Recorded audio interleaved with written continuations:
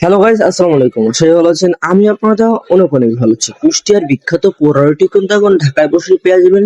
কোথায় পাবেন এবং খাবারটার টেস্ট কেমন, প্রাইস কেমন, যেটা খাওয়ার জন্য মানুষ এত এত ভিড় করে, সবকিছু জানাবেন আজকের ভিডিওতে। তোমরা ভিডিওটা না স্কিপ করে ফুল ভিডিও।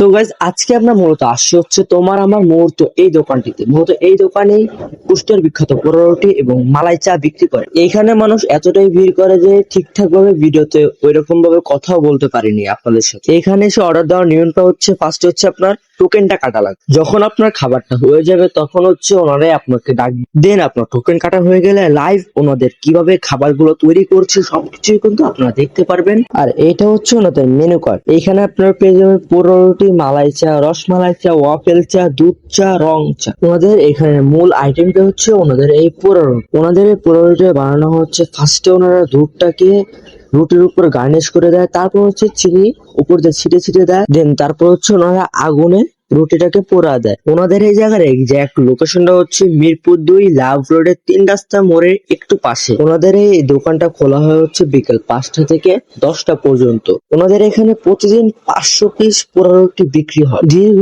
আধা ঘন্টা পর হচ্ছে আমাদের খাবারটা পাই। এখানে আমরা অর্ডার দিয়ে হচ্ছে 2টা পোড়া রুটি এবং 2টা মালাই চা। যেহেতু আমরা দুজন আসছি, এখানে একটা পোড়া রুটি এবং একটা মালাই চার প্রাইস হচ্ছে শুধু 70 টাকা। ওনাদের এই মালাই চাটা অনেক ঘন ছিল এবং মালাই দিয়ে ভরপুর ছিল। এই মালাই চাতে আমার কাছে 70 টাকা হিসাবে রিজনেবল প্রাইসে মনে হয়েছে। এখন এটাকে খেয়ে দেখে এর টেস্টটা কেমন। যেহেতু পোড়া রুটিটাকে চিনি এবং দুধের মিশ্রণে পোড়ানো হয়েছে, তার জন্য পুরোটা উপরে ক্রিস্পি এবং ভিতরে সফট এন্ড জুসি, এবং খেতেও মাশাআল্লাহ খুবই মজা হয়েছিল। আমি অবশ্যই আপনাদেরকে এই পোড়া রুটি আর মালাই চাটাকে সাজেস্ট করব যদি আপনি মিরপুরের আশেপাশে হয়ে থাকেন। তাছাড়া আপনি মালাই চা এবং পোড়া রুটি কিন্তু আপনি বাসায় বসেই বানিয়ে নিতে পারেন। এটাকে আপনার সকালের নাস্তা এবং সন্ধ্যার নাস্তা হিসেবে খেতে পারেন। সো গাইস, আজকের ভিডিও ছিল এই পর্যন্তই। তোমাদের কাছে যদি আজকের এই ব্লগটা ভালো লেগে থাকে অবশ্যই কমেন্টে জানাবে। আর তোমরা যদি আমার ব্লগে নতুন হয়ে থাকো, ইউটিউব থেকে দেখে থাকলে নিচে থাকা রেড বাটন ক্লিক করে সাবস্ক্রাইব করো, ফেসবুক থেকে দেখে থাকলে উপর থাকা ফলো বাটন ক্লিক করে বেল আইকনটি অন করে দাও। আজকের ভিডিও ছিল এ পর্যন্ত। দেখা হবে অন্য একটি জায়গায় অন্য একটি ভিডিওতে। This is food kebab.